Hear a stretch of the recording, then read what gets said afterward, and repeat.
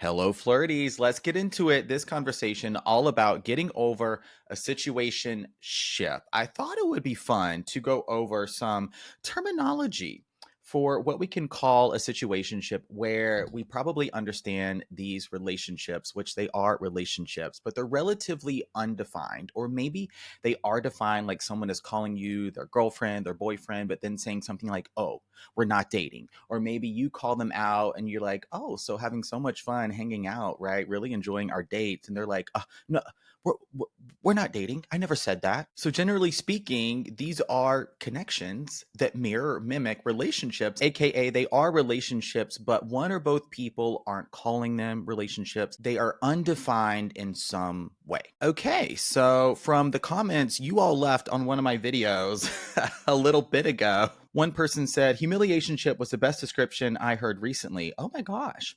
My situationship was harder to get over than my ex-husband. Yeah, that one got a lot of likes. Delusionship is here in the comments. We have, this one, very interesting. Phantom dating. This person says situationship.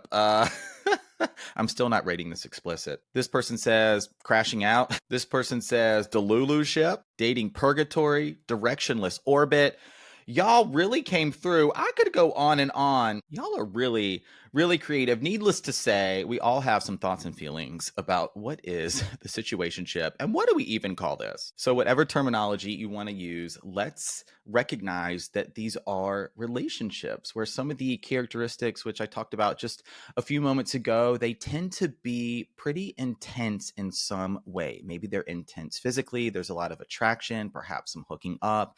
Maybe they're really intense when it comes to communication. There's a lot of texting. It could be intense where you're spending a lot of time with one another, like your lives are becoming intertwined pretty quickly. These connections, relationships don't exactly lack vulnerability, but they oftentimes lack vulnerability when it comes to acknowledging what are we? Are we dating? Are we defining things? Are we becoming official? Are we becoming exclusive? Only dating one another, perhaps? Like they're vulnerable about a lot of things, but not exactly about those things. It's very common for the lines to become blurred, where maybe you started out as friends, you were familiar with one another, you became friends along the way. And then when they end, more often than not, there's not exactly closure. Sometimes they just come to an abrupt end with a ghosting, with a breakup. The other person just kind of does the slow ghost where they start to pull away. Maybe they stop communicating. They start coming up with excuses. It's usually not mutual. I mean, of course it can be, but often what I feel like I see is one person is really like still in it, wanting it to work out. So let's talk about for a moment what's happening in the brain and body with these pretty intense connections. And this can happen in dating as well outside of situationships, where this can mirror the addiction cycle. Think about it like a mental or emotional tug of war, where when you're with this person, even if it's over text, FaceTime, you feel good. Like you feel secure. You feel like everything is all right. You feel good about yourself. And then all the moments in between, because there's probably some inconsistency, right? There's some hot and cold mixed signal type of behavior. There's this lack of accountability. Like, what are we doing here? Where are we going? What is this? One person or maybe both of you aren't being fully forthcoming about what it is you're looking for, why you're dating, kind of thing. And so in those moments when you're not feeling as good, as safe, as grounded in what's going on, now you're forgetting to exhale, right? It's like you're holding your breath. You're feeling that tightness in your chest. Maybe your mind is racing, kind of wandering, going into all the what ifs types of scenarios. And what is the one thing, who is the one person that can make you feel better? Them. It's them. And now we're caught in the dopamine loop, the dopamine cycle. And then when they end, you're just left with this kind of hole, this void, this like almost feeling of withdrawal, like, oh my gosh, what happened? What's wrong? Maybe what did I do? And you just feel like your world's kind of imploding. It really hurts. Like it can feel, quite honestly, physically painful. So let's go through some of the reasons why they can hurt so much beyond this physiological experience that we can have. There's also this breaking up with this letting go of potential, right? All the things that weren't said, all the feelings that were unexpressed, all the things that could have been, that should have been, right? That would have been if this, if that. We're letting go of so many ifs. We're letting go, having to break up with so much potential. And when the breakup, the end happens just like that with a ghosting or just an abrupt, like, see you later kind of thing, it's shocking, like, to our nervous systems. If we weren't prepared for that, even if we kind of saw it coming a little bit or felt like something's a little bit off, it still is surprising nonetheless. We may also be breaking up with what once was. Sometimes what can happen in our situationships, our delulu-ships, our dating gray areas, we may develop a really strong connection with someone early on and enter into that honeymoon phase of dating and just kind of never want to leave that exactly. Which is like all good. We're allowed to stay there if it's mutual, if both people, right? If it's two people dating one another, want to stay there as well. And something else I feel like we're saying here that I've heard kind of a lot is that sometimes a situationship kind of thing is exactly what we need. Like, maybe we're traveling or we went back home or we're somewhere for work for an extended period of time, or maybe we're in a phase of our life where we don't really want the full on relationship, in the sense that we're looking to commit to someone for perhaps that long term investment. And now we're exploring moving in together. Like, are we merging assets? Do we have kids? Do we have pets? Like, how are we going to incorporate our lives into one another? And sometimes you just don't want to do that. And yet you want to be out there dating, have the relationship without perhaps all of that being a part of it as well. So the situationship, again, I say it's like, if it looks like dating, it talks like dating,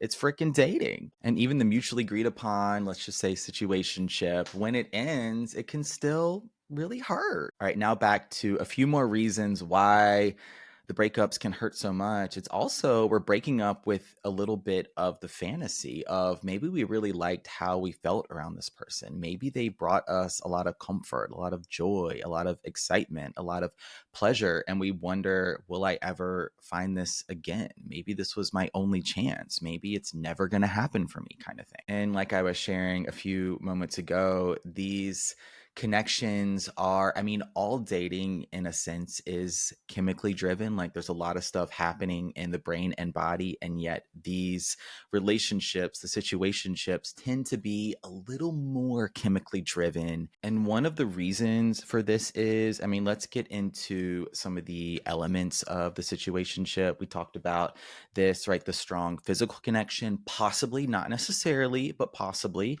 There could be a lot of attraction and chemistry there. The frequent communication, like, usually there can be a lot of communication, even if you're not texting like all day, every day kind of thing. It's when you get on the phone, you get on a FaceTime, you go on your dates, they're marathons, right? They're just lasting for hours. You're kind of riding this high. And one reason this is happening is because oftentimes there's little to no conflict. There's not exactly disagreements. It's not exactly like you're trying to compromise on things. It's more so you're bonding over what you have in common. We get along.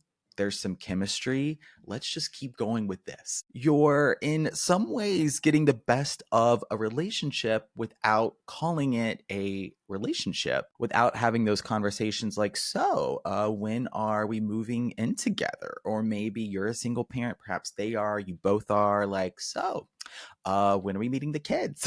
So when you're not having some of those conversations, there's a greater likelihood that you're not going to be having disagreements or having to compromise or having to figure out some of the more difficult aspects of dating and relationships. You're more so going to be navigating perhaps personality personality differences, schedule differences, but going back to some of the variables of the situationship, this type of connection in dating, they're a little bit twin flamey. They tend to start out hot and just kind of stay there, right? We're in that honeymoon phase of dating and never really evolve out of that. We have a lot in common. We like the same things. Conversation is great, even when it's a little hot and cold, right? We're in the dopamine loop. We feel good when we're with them, and when we're not with them, it's like, ooh, what's happening? I'm having some thoughts, feelings, and emotions that maybe I should say something, but I'm maybe not going to because I don't want to rock the boat. I don't want to ruffle feathers. I don't want to push them away. And along with this, we might be having some thoughts such as, and I came up with some of these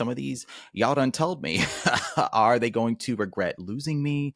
What are they doing right now? Have they texted me, right? Let me see. Going back through my messages, perhaps missed calls, DMs. Do they miss me? Was this even real to begin with? Did I even make the right choice? Like, what am I doing here? Maybe I'm second guessing everything. Should I give them another chance? They're telling me all these things, how much they like me, promising me the future, right? Everything is all good. And yet I'm feeling like, I don't know. Why do they not want to be with me? Why don't they just want to commit to me? Will I ever find this again? Will I ever find someone like this again? A connection like this again? All right. So at this point in the conversation, I hope we're grounded in what a situationship is, what some of the characteristics and elements are, what's happening, and why they can hurt so much when they do end, how they might end, and what's happening in our mind throughout all of this. So now let's spend some time on the closure piece of things and how do we get closure? Ultimately, it does come down to, and this is a good old coaching term learned in like day 1 or 2 of coaching school, and that is radical acceptance. We have to accept the outcome for exactly what it is. We have to accept our role in this for exactly what that is and accept them, right? All of their actions and what they did or didn't do for exactly who they are. It's about accepting the result, the outcome. This is what happened. I can't change the past. I may not like the series of events. I may not like the outcome, but I cannot change what happened, nor can I change them, nor can I go back in the past or try and engineer the future to get them to show up in a certain way to change who they are, nor can I change what I did, right? How I showed up. I got to take ownership and accountability for that. Ultimately, I can only take accountability for myself. What role did I play in this? And when we do this, some stuff can happen. We might feel very guilty, even ashamed, maybe embarrassed. We might feel angry. We might feel elated, like, whew, it's over. We might feel anxious. Who knows? All of the above, none of the above, something else. One that I tend to hear a little more often than not is this anger piece. And also related to that, some of this shame, some of this guilt. Like, what was I thinking? Like, how did I allow myself to do this? Like, what? Maybe you know what I'm going to say now. Flirt on. Flirt it out. Okay, flirty. There's always another flirt. You get to feel your full range of emotions without tying these emotions to your identity, to who you are. So now you're internalizing some of this anger, shame, guilt, perhaps sadness, even with the ending of a situationship. Like, oh, it's never going to happen for me. Oh, I was right. I'm not good enough. Oh, right. I'm not pretty enough. I'm not handsome enough. Oh, I am hard to love, right? They're always going to leave for the other person. So I guess this is as good as it gets. I guess this is just what I am going to get out there dating. And to that, I say, no. As difficult as the ending of a situationship can be, when you go through this process of radical acceptance, offering yourself that self-compassion, doing a little bit of healing, right? Taking all the energy that you were putting on someone else, even all the time in between, worrying, overthinking, feeling anxious, like replaying texts, replaying conversations you had. Think about all the time and energy you're now going to have for yourself, for your career, for your education, for your friends, for your family, for your pets, for whoever, right? For whatever. You're now going to have a lot more time and energy, which could be really difficult because perhaps that other person was a very nice, convenient, and attractive distraction for you.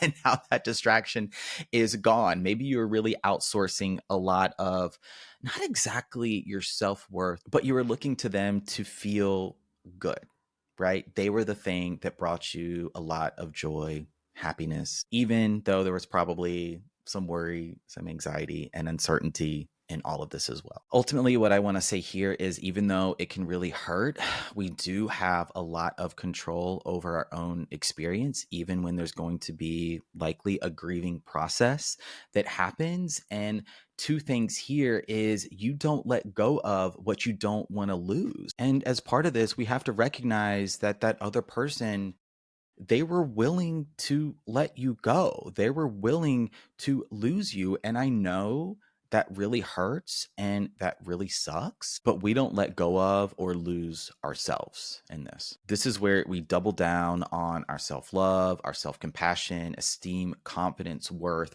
all the things. If we need to involve ourselves in a new activity, binge watch, stream a favorite TV show, start getting back in the kitchen, hitting the gym, like doing whatever, picking up that hobby, that book that we just sort of like laid to the side for this whole situationship, possibly, we're going to do that. If we need to find a new distraction, not another person, but a new distraction, we're going to do that. It's about asking ourselves for more, really showing up for ourselves in the best ways we possibly can. Doesn't have to be in every moment, doesn't have to be every day, especially if we're really hurting, if we're feeling heartbroken, if we're feeling anger, if we're grieving, if we're feeling like, oh my God, what just happened? Keep showing up for yourself. And this is a part of the law of attraction and just good old fashioned manifestation, right? You're going to start to build yourself back up. And when you go out there to date again, to flirt again, to swipe again, whatever, you're going to recognize the people that are also showing up for themselves in the same ways versus those